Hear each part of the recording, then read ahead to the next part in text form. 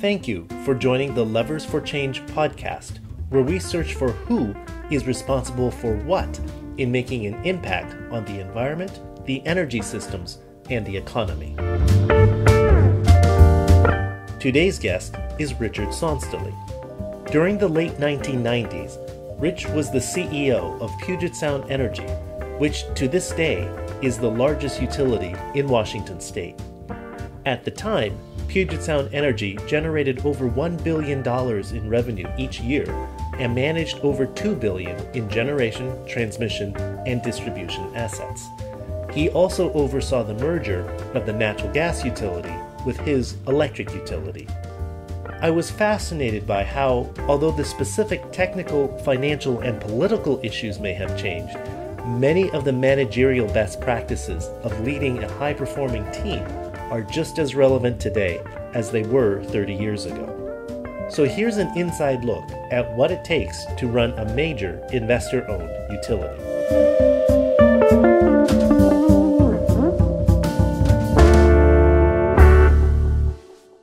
Rich Sonstelie, thank you so much for joining us today. It's a pleasure.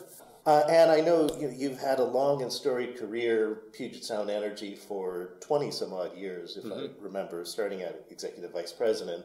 And I have to say, in preparation for this interview, I did some online research, and I found a video that you presented at the IEEE conference in 1992. Wow. That was 16 years ago. And I have to say that in listening to that, your voice has not changed a bit in 20 some odd years, 22 years. And so really my first question is, how do you stay sharp? Well, I'm not sure I'm staying sharp, but, I've decided that in retirement, one of the best things you can do is to keep reading and to keep listening. I was always fascinated by the energy field, even before I ended up with the utility. I might tell you that, when I got out of the Army and went back to get my MBA, it was 1972 to 1974, the big energy crisis. I mean, living in Boston and sitting in line for hours just to fill up the tank of the car. So energy was really at the forefront of what was going on, and that really made me interested in, spending a career in energy somewhere. I didn't know it would be with the utility. I thought it might be with Bechtel. Yeah, and one of the other things that struck me was through, I think, your entire career, conservation and environmentalism also played a huge role in the approach you had to energy. They did. We were very fortunate in my company to have, I think, a relationship with the environmental community that we realized was an important part of our business. They weren't the other side. They were part and parcel of our business, particularly a guy named Ralph Cavanna. Ralph was an attorney with the Natural Resources Defense Council out of San Francisco, but he spent most of his time in the Northwest. And Ralph worked with us during the time that we were developing significant conservation programs to try to make those conservation programs pay off for the utility as well as the customers. And, with conservation, there was always this issue of foregone revenues. How do you make up for that? And so Washington State developed this decoupling mechanism for our revenues that basically made it good business. Right, and that was back in the 90s. To do cost-effective conservation. Quite a while ago, the early 90s. Yeah. So we're talking about a time when there were some good conservation programs going on here on the West Coast, but there were a lot of utilities still very resistant to programs like that for understandable financial reasons. That's what we dealt with an immense amount of help from the environmental community. Right, and a lot of that decoupling happened here well before it happened in California in the 2000 crisis, and then on. It did. I think it helped a bit, Jimmy, that we had a relatively small laboratory here to try it out. The size of Puget Sound Energy, Puget Power back then, to try out something like that compared to the massively huge utilities in the state of California. This became a really good laboratory, if you will, for trying out some of these ideas, and I think they were very effective. And, the result was an extremely strong conservation program.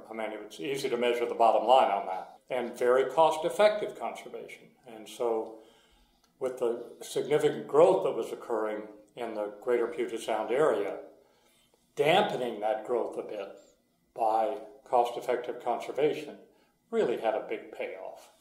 I read that you grew up in Ottawa and then you moved here to the Pacific Northwest. You spent time on the East Coast and all over the country.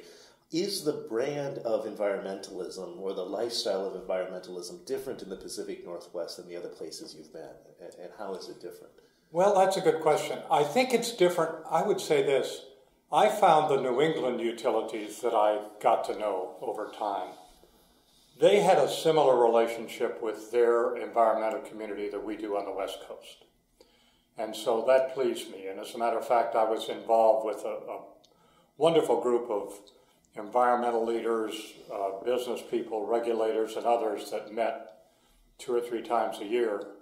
Ralph Cavanna was part of that. And I found that the Northeast utilities and the West Coast utilities thought similarly about this, that they had to get over seeing these things as a threat and find a way to turn them into an opportunity, or at least, as a minimum, a no-lose, even if in the short run it wasn't a win. And I saw that similarly. I got a feeling that many of my counterparts, perhaps in the Southeast and other places, were maybe a little more threatened. Maybe, I'm not sure why, but there did seem to be that difference. And maybe it was just the political differences that persist to this day between the coasts and other parts of the country. Well, before we get into the details of decoupling and how these, I think, fascinating, wonky details of utilities, tell us about how you studied nuclear, you were at West Point, you studied nuclear engineering, you studied business. How did you set yourself on the path to become the CEO? Well, when I was graduating from West Point way back in 1966, the Army believed that it needed a nuclear power program. The Navy had, of course, a strong nuclear power program, but theirs was submarines and other ships that used nuclear. They had Admiral Rickover, a brilliant man who was leading all that effort. And the Army had some experiments going on, Jimmy, with nuclear power. They had a nuclear power plant on a barge called the Sturgis that they anchored off the Panama Canal Zone, where the U.S. had a base, and provided base power from this barge.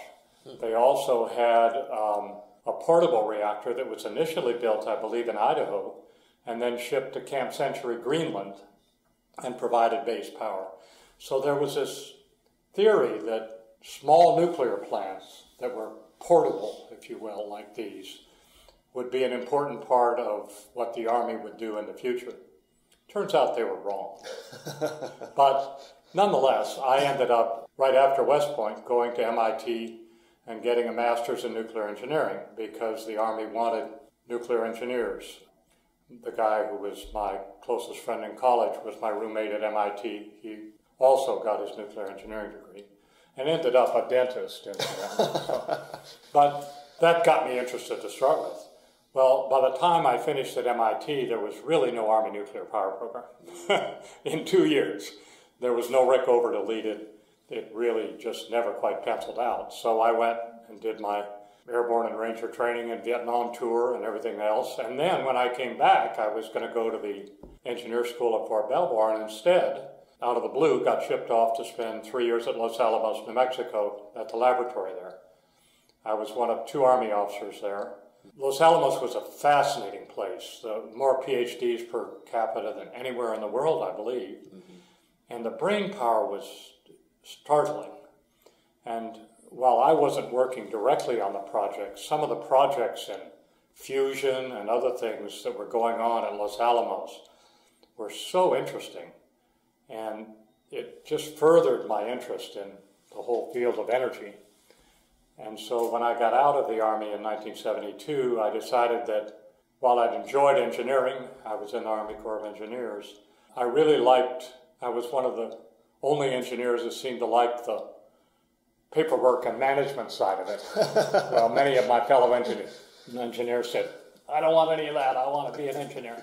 So I went back and got an MBA. And then in 74, and as I mentioned, the energy crisis was full on at that point. I knew I wanted to work in the energy field. I didn't know where.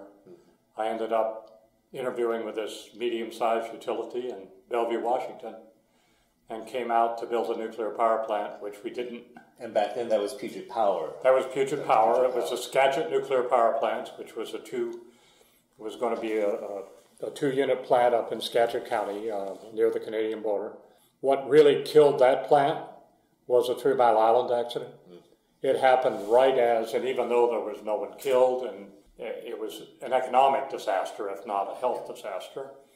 And it happened right as the Skagit nuclear power plant was at its most critical phase of licensing.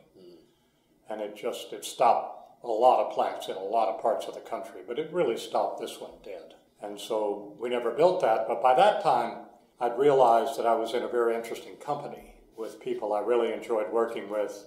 I started getting more into finance and less into power plants, and so that kept me at the utility for 26 years. Yeah, and you took over the conservation program, you became the CFO, you held a number of jobs before. I did, yeah, and that's one of the reasons it was such an interesting career, because I had a lot of different jobs, and that's, to me, nowadays I notice with my children, they tend to end up, like my younger daughter here in Seattle, she ends up with a lot of different companies. She works with startups.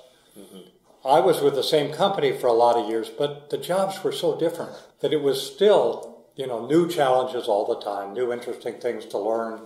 From conservation, I went to transmission distribution engineering, even though my engineering training was nuclear, and did that for a while. And then I went back to I was in corporate planning for a while, and I just did a lot of different things, and that just made it so fascinating. And, I had a boss who kind of mentored me and ended up CFO and then Chief Operating Officer and ultimately CEO. And then we did the merger with the gas company. I left the company, retired relatively early, which had been a long time plan of my wife and me. And so it's worked out very well. Yeah, so it just goes to show that even inside of a large, seemingly stodgy organization, there's a lot of dynamics and a lot of great opportunities and spontaneity. Yeah, there are. And of course, I was lucky enough to have some people that I worked for who encouraged me to try different things. Never said, I won't let you go to that job or something like that. Sure, try that, learn about it, etc. And I think, in any company or any profession, when you have people around you who encourage you to try new things and don't try to keep you in place all the time, that's just wonderful. And the utility industry, of course, it's a fascinating industry. It doesn't encourage entrepreneurship. Well, that's understandable in many ways. Number one, entrepreneurs aren't going to be attracted typically. And secondly, when you're running things like power plants and a transmission distribution grid and things like that, I'm not sure you want to be terribly entrepreneurial. And experimenting. Yeah. Exactly. People depend on that power, and I think you got to be a little more solid. Let's get to some of the details of what this utility is, and especially I want to get to what decoupling ends up having to be. So utilities, being that they are public or private, but Puget Power, Puget Sound Energy, is a investor-owned utility, and they sell electricity, and they have to pay for the infrastructure, the transmission, the generation infrastructure to be able to deliver those electrons. Yes. The traditional notion of how a utility makes money is based on how many electrons it sells through the infrastructure that the utility built. But yet this notion of decoupling comes up, which is the idea of decoupling the revenue from the number of electrons sold in order to pay for this infrastructure. Yes. Right.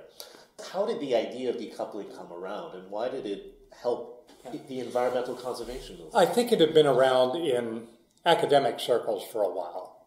So the idea was, how do we make selling less not painful? And clearly in business, the more you sell, you think that's one of the best ways to succeed at your business, is more and more revenue.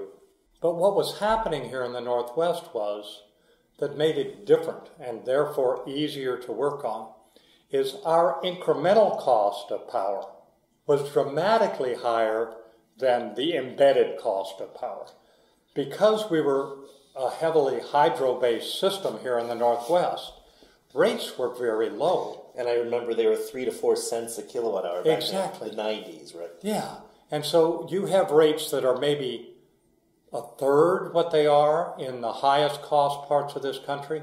That's really good news. But the problem is when you add almost any new resource on top of that, that new resource is incrementally significantly more expensive. Right. Whether it was coal-fired or nuclear or gas turbines or whatever it might have been at that point, it was going to push your rates up. And frankly, customers are not terribly interested when you remind them how low their rates are. They mostly are interested to find out if you're going to increase their rates. And when you are, they're not very happy.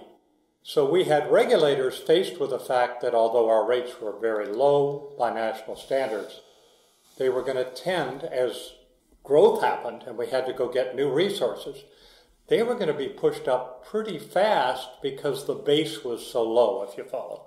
So with a low base, any increment is going to push it up relatively fast. In a part of the country with very high rates, an additional resource might in fact be cheaper than what they already had, and therefore might keep rates at least steady or lower. Right, if they're shutting down an inefficient coal power plant with a new resource, it could lower Good their example, rates. yes. But what we had was a situation where it was in the public interest, and if in the public interest, ultimately in the utility's interest too, since we're a public utility serving that public, to try to keep this growth down a bit so that we were not adding resources quite so fast, quite so expensively. And that's where the idea of what can we do to dampen growth so we're not selling quite as many more kilowatt hours, but to do it in a way that benefits customers. And it's obvious why it benefits customers. If you can keep from pushing up, getting so many new resources and pushing up rates so fast, then it's going to benefit customers. How could it benefit the utility? Well, the answer was, why don't we make it at least neutral, if not positive, that if the utility invests in conservation programs and gets less revenue, it will not end up hurting them. And there were some great ideas in academia out there. There were some very good ideas. I mentioned Ralph Cavanaugh's name already. He was probably our number one ally. And the commission got very interested in a hurry, the commission staff, people that needed to be aligned with this, needed to believe in it as well as us. So we, before we ever did anything or brought a rate filing in, we'd had a lot of discussions that included environmentalists at the table and commission staff at the table to talk about what we were trying to do here. And ideas came up like incremental return on conservation investments. You know, that's how utilities are allowed to earn, as you well know, is they make an investment, they put it in what's called their rate base, and they're allowed to earn on that investment. If they buy power, they don't earn on that. When they buy power, that's just a pass-through. While they may get compensated or should get compensated for buying the power, that doesn't earn them any profit. Customers never quite realized that when we were buying power, we weren't adding anything on top of it. But when they make an investment, whether it's in lines and substations or whether it's in power plants or whether it's in conservation, they're allowed to earn a return, which allows them to cover their cost of capital, whether that's debt. And of course, a piece of the cost of capital is equity, that is, the ownership that the utility shareholder has in a company. And, you know, I think that's one of the most confusing points about how a utility functions is utilities don't actually make profit, but yet they make profit. And yes. It turns out that the definition of profit or the meaning of profit is different. From the utility's point of view, they're covering their costs in order to operate. And the additional money is really a return on shareholder investment that is the cost of capital, essentially, to bring in infrastructure. Yeah, and for an investor-owned utility, you know, utilities are typically, they're very capital intensive. They spend a lot of money, they have to provide the infrastructure and the power plants and everything like that. And they tend to have a much higher debt load than most other companies do. But since they're considered relatively lower risk than a company that's out there with, when you're competing in the marketplace and have no protections at all, as much as utility CEOs love to complain about their regulators, in fact, there's a bit of protection that's offered by good regulation in addition to the difficulty offered sometimes by regulation. And so because there's a significant amount of debt, there's got to be underlying that for the people to agree to provide the debt. There's got to be some at-risk money, if you will. And the at-risk money, of course, in any company is the shareholder. Their return happens only after the debt has been paid, and so they are at a higher risk. And typically they get a somewhat higher return because they're at a higher risk. And in the utility industry, that return is highly regulated. You have to go out and prove what it is the market requires to be able to continue to give you capital on reasonable terms. That's the whole basis of rate cases that happen in states. Show what you're investing, show that it's prudent, and show what you need to get back to be able to continue to attract capital, because it's an ongoing thing with the utility. What strikes me about the conversation so far is, as much as you were the utility CEO and electric utility CEO, a lot of the conversations you have are financial based. So when you were running the company, how much of your concerns were about the energy side? How much was about the people side? How much was about the financial side? I would say the number one was the people side. I think it is in any company. If you lose touch with the people side, those who work with you, the customers, the shareholders, you've lost it. So that came first. But in my case, I spent more time on the financial side than I did the operations side, partly because I knew the operations part pretty well, so I was comfortable, and there was a really good team there. So that was the biggest reason. Not that we didn't have a good financial team, but the operations team was really good. They knew what they were doing. We didn't run a whole lot of power plants. We bought a lot of power. We ran a very big transmission distribution system.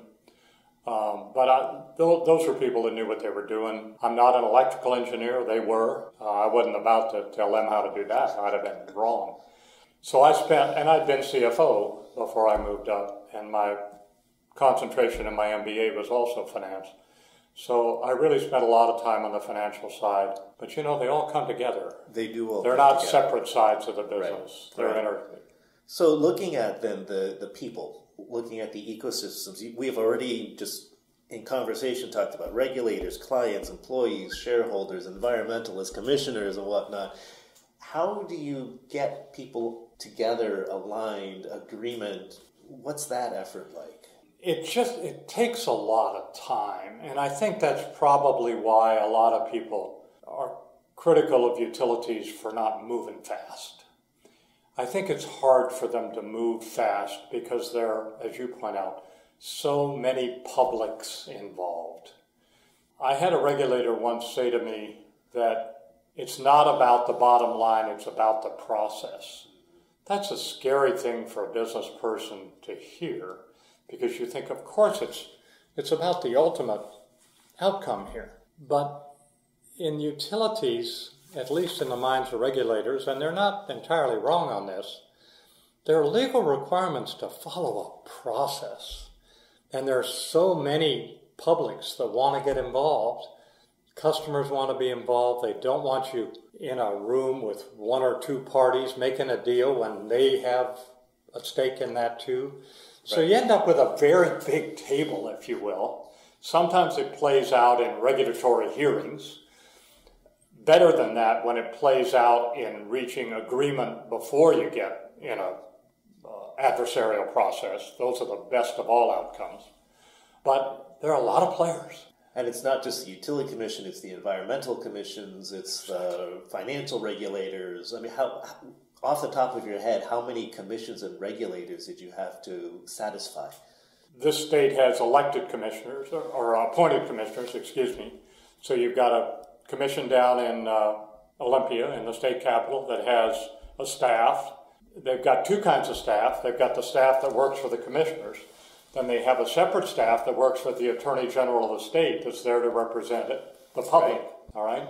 And typically they feel their role, which I think is correct in this state, is to represent largely low-income customers. Then you've got the customers themselves, the large industrial customers, typically have hired very capable people, not just attorneys, but very capable engineers to work with us, to look at what we're doing. Now, Boeing was our biggest customer, and they spent a lot of time with us. We were a huge part of their cost of doing business. So it mattered a lot what their electric rates were. And they cared a whole lot about reliability, as did Microsoft, probably our second biggest customer at that point. Reliability was critical to them, and if we were going to compromise reliability by not spending money, they were going to be very concerned. So you got this push and pull from these people, all with a stake in this, but sometimes almost opposing stakes. Keep the rates down, keep the reliability up. Those are very difficult to balance. I find that fascinating. It was, really interesting to be involved in.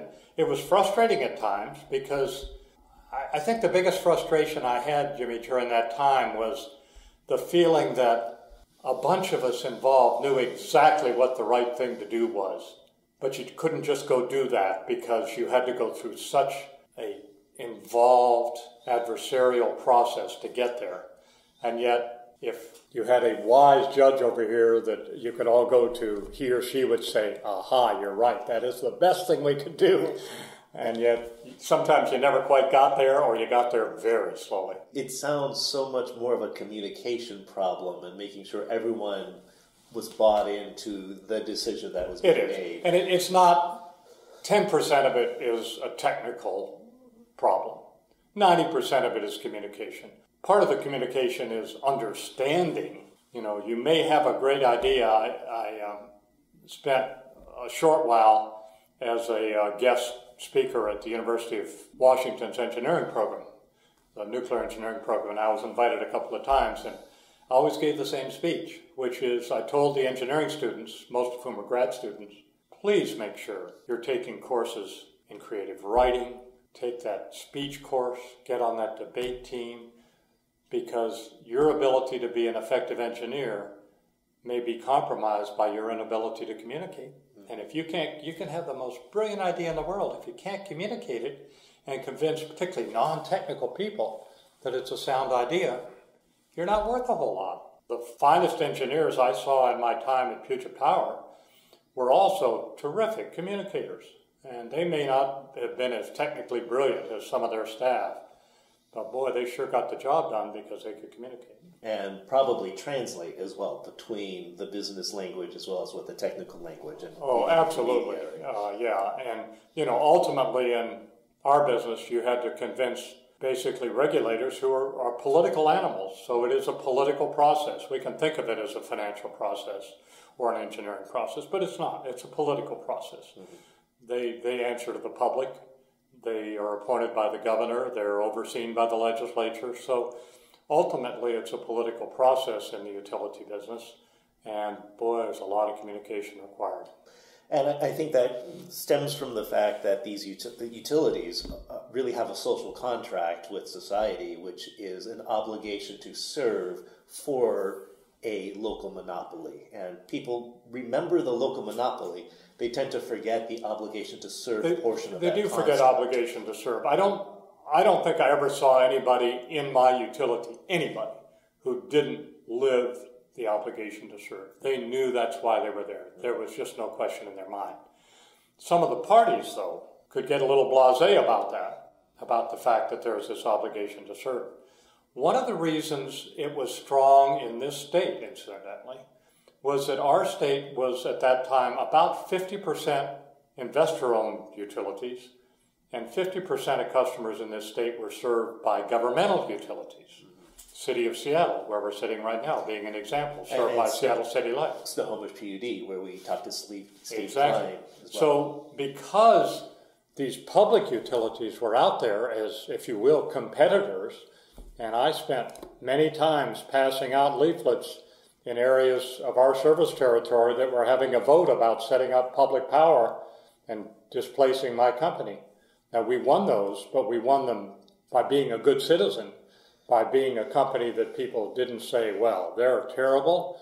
Any alternative is better than that. And we're seeing that today in California with community choice aggregation against the Puget Sound, the PG&Es, the San Diego Gas and Electrics and whatnot. I mean, California, the situation down there, of course, is dire in PG with PG&E's bankruptcy filing and things like that. But, a big piece of that for utility executives is They just can't forget that they're there to serve the public. And that sounds really trite, but boy, it's important to remember, you know.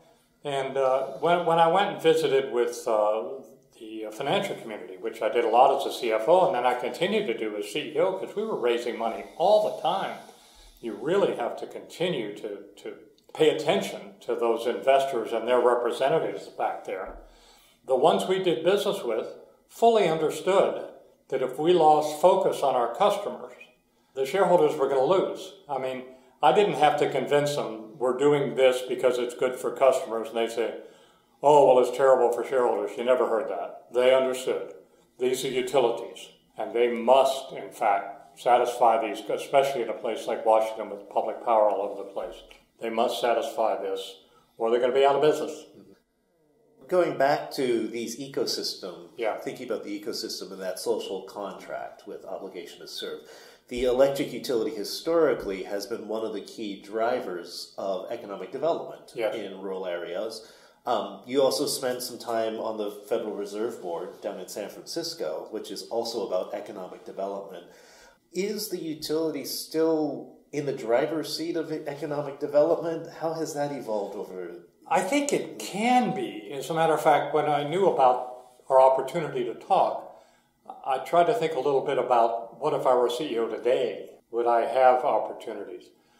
I think the opportunities with electric vehicles and the infrastructure associated with that are enormous I've been reading things on that recently, how enormous they are for the electric utility who sees that as an opportunity, not to sell the vehicles, but to be part of that, critical part of that infrastructure that supports this. Well, and what struck me on that IEEE interview in 1992, you mentioned electric vehicles as an opportunity. And they're a tremendous opportunity, much more so today than they were in 1992.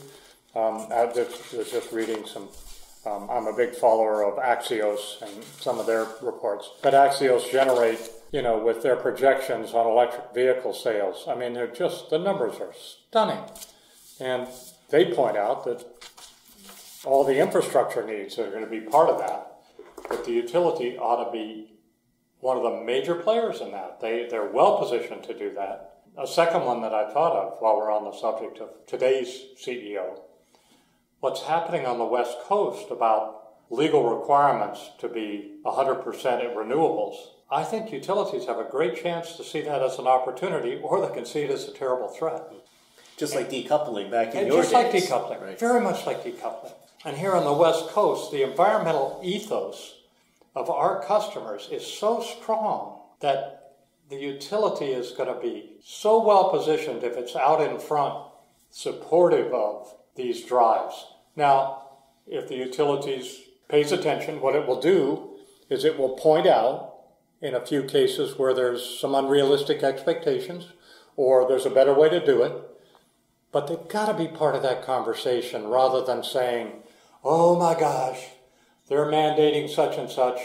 How am I going to ever recover the costs of that coal plant I have to close or that nuclear plant or whatever? Of course, I think 100% renewables without throwing nuclear power out is a very bad public choice, but some people are including nuclear and some are not. Interesting to see how the environmental community shifts back and forth on nuclear power as part of that. But in any event, seeing that as like electric vehicles, an opportunity to get right out in front. I get quizzed. I spend a lot of my winters in Arizona, as you know, to get away from the rain up here. But I get quizzed all the time by neighbors down there about wind power. Oh, isn't that just a terrible choice? I say, I got to tell you, since I left my company, they've made significant investments in wind, and it fits so well in our system with the existing hydro that's there that we can store water behind the dams, so when the wind isn't blowing, it's there. And I said, really does. Well, energy is so regional, is what that demonstrates, right? One of the questions I have is about how you relate to the peer institutions. In the U.S., there's 4,000 electric utilities. Yeah. And not only that, the entire West Coast, 11 states or so, are on the same transmission line, the Western Interconnect. But that's 14 different state regulators that all of these peer institutions of yours have to respond to, relate to, then they have different ratepayer concerns, different citizens concerns, different resource concerns. How do you then interact with these other CEOs and these other utilities? In the day when I was involved in it, we spent a lot of time meeting together. You couldn't have done that in many other industries because of antitrust concerns. But given we weren't sitting there talking about fixing prices or anything like that, we still had attorneys around to make sure we were talking about the right things. But in fact, utility executives have the ability to get together and talk about a whole lot of things that other companies probably couldn't or would have a hard time doing. So we tried to share views, share innovation, share best practices, things like that. A lot of that went on. And very often, I found in this state, our regulators were really interested. They wanted to know what EPRI, the Electric Power Research Institute, they wanted us to be very involved with them. They wanted to hear their latest studies, not just their technical studies, but their rate. They were doing rate innovation studies and things like that. And we tried to share that as much as we could with the commission and their staff. So as difficult as it is, and you point out all the different regulatory bodies and everything like that, all the parties who had a stake in this, as many of them as there are, there also was more sharing in my time, here in the West particularly, with very little ego, I found, by a lot of the parties, very interested in hearing what was going on. People like the Electric Power Research Institute and others trying to play the role of facilitator in some of these things. The facilitator role today is going to be so critical. Some parties that can be out there who don't have a big stake personally, don't necessarily represent any one party, neutral third but party. People like you who understand the issues, who don't have a big stake in it, who aren't big investors in electric utilities and aren't in this organization or that organization, but in fact understand the issues, believe that we've got to get together to solve these things. Mm-hmm. Facilitators are going to be terribly important. And the electric utility now touches so many more industry sectors. You bring in the smart grid, you bring in software, internet, right, electric vehicles, transportation. Like the mandate for this economic development societal construct is much broader. Very much so. And you know, compared to when I joined the industry in 1974, electricity is so much more vital now than it was then. Yeah. I mean, then we thought of it as the most important thing. Of course, we were in the business. What's going on in the country. But in fact, compared to 1974, now with this information-based economy, with electric vehicles, with so many things that are electric dependent, that the infrastructure and the sources, you know, we talk about all non-carbon sources. I prefer to say that than renewable sources, but all non-carbon sources makes an enormous amount of sense. But you got to worry about infrastructure in the meantime too. You're right. We are intertied here in the West Coast, but it's not the strongest intertie around, and it's quite vulnerable. We know about cyber threats. It's a very vulnerable system, and as dependent as we are on electricity and the vulnerability of that system, somebody's got to be paying a lot of attention to that too. Let's talk about managing the organization now. Right. And one of the things we talked about, hinted at really early on, was that you joined Puget Power. And then in the mid-90s, there was a merger with Washington Energy Company, which was the natural gas provider, and that was what formed Puget Sound Energy.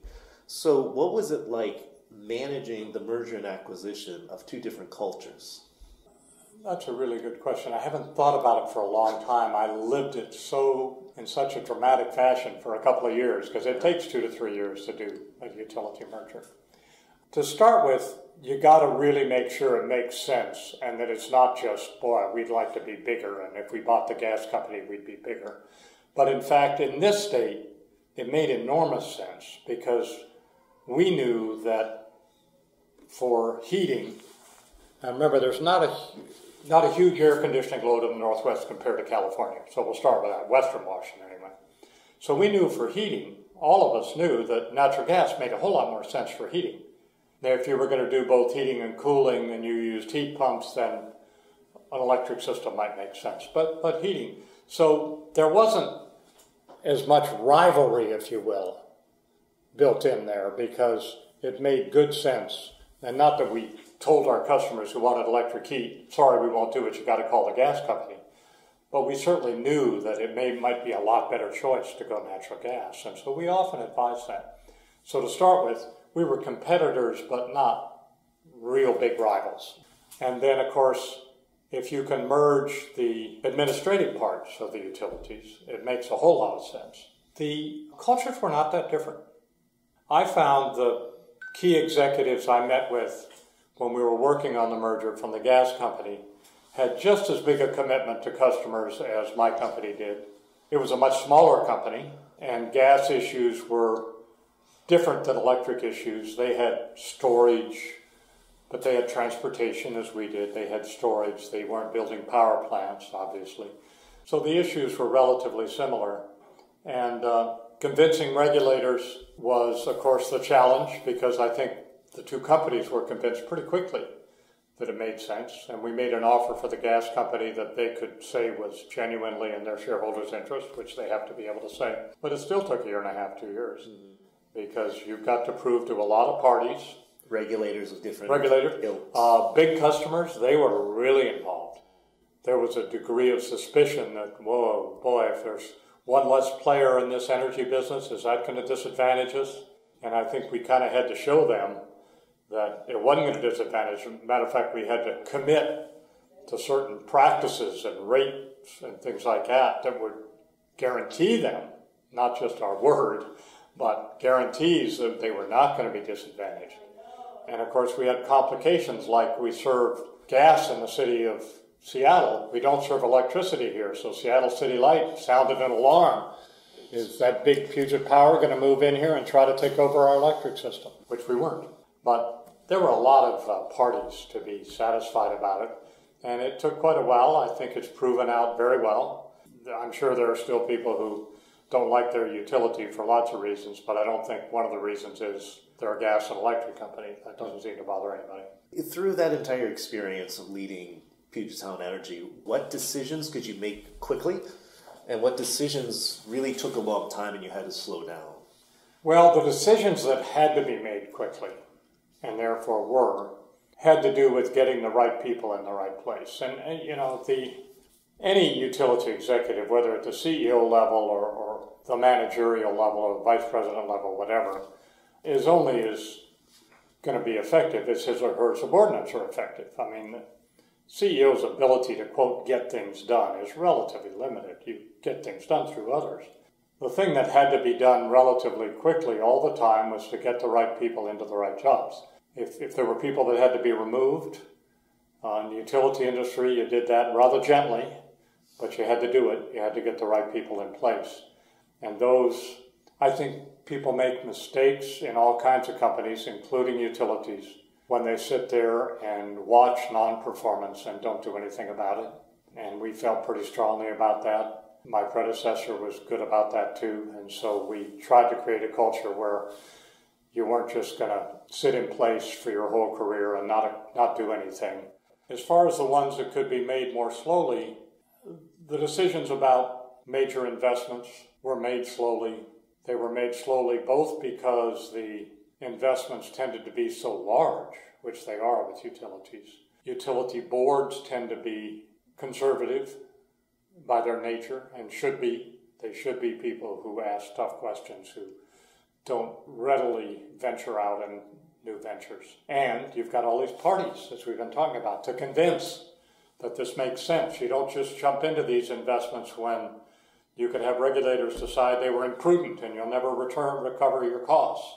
Things like that are what bring utilities to bankruptcy or other things that make them not a good investment, because they're either not being prudent with their investment or they're not proving to who they have to prove that the investment was prudent. And that continues to this day, and I'm sure will be as part of a natural regulatory environment. For someone getting started, where would be the best place for them to get engaged with the utility from a career point of view? What expertise would utilities be looking for? Let me talk a bit about engineer versus non-engineer for a minute. From an engineering standpoint, I'd encourage them to get involved Mostly it's going to be electrical engineers. It's mostly a transmission distribution system, but certainly mechanical, civil, the other disciplines are needed too. I would encourage those people before they ever get there to have taken the communication courses I talked about earlier, if they really want to succeed, and to make it clear early on in their career as an engineer, as engineers, that they're very interested in the managing side, not shy away from that, not shy away from being the one to write the report, even if it's not what your favorite thing to do, to be willing to get out there and stick your head up a little bit and be noticed. People worry about being noticed for mistakes, and they forget about being noticed for successes if they're going to get ahead. In my career, I was lucky enough to have bosses who noticed me, and that really makes a big difference if you're noticed.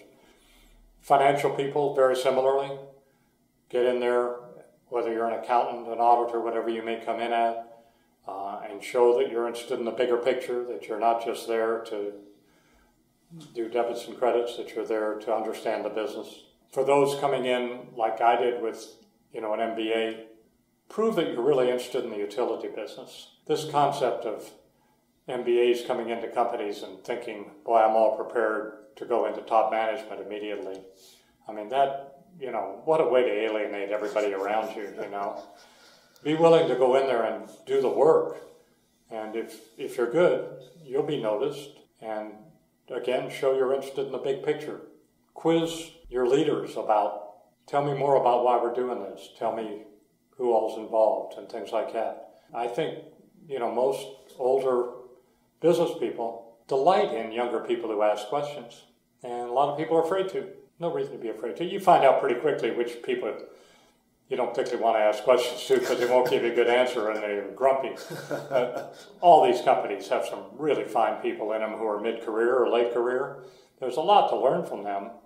And going and asking them the questions is very flattering. I know, I had people that came into the company in the latter stages of my career who said, could I get a meeting with the CEO? And my secretary always knew that my door was always open to these people. Some great people came in and asked some really good questions. And I got to learn a little bit about them. And I don't think it ever hurt one of them that came in the door. Probably helped most of them, to do that. Well, that's a great note to end the podcast with. Ask questions. Ask questions. Ask questions. Well, Rich, thank you so much for your time. I really appreciate it. Delight as always. You have been listening to the Levers for Change podcast, where we search for who has responsibility for what when implementing change. My name is Jimmy Gia, and the music is by Sean Hart. Please subscribe to our podcast for new episodes and share with a friend.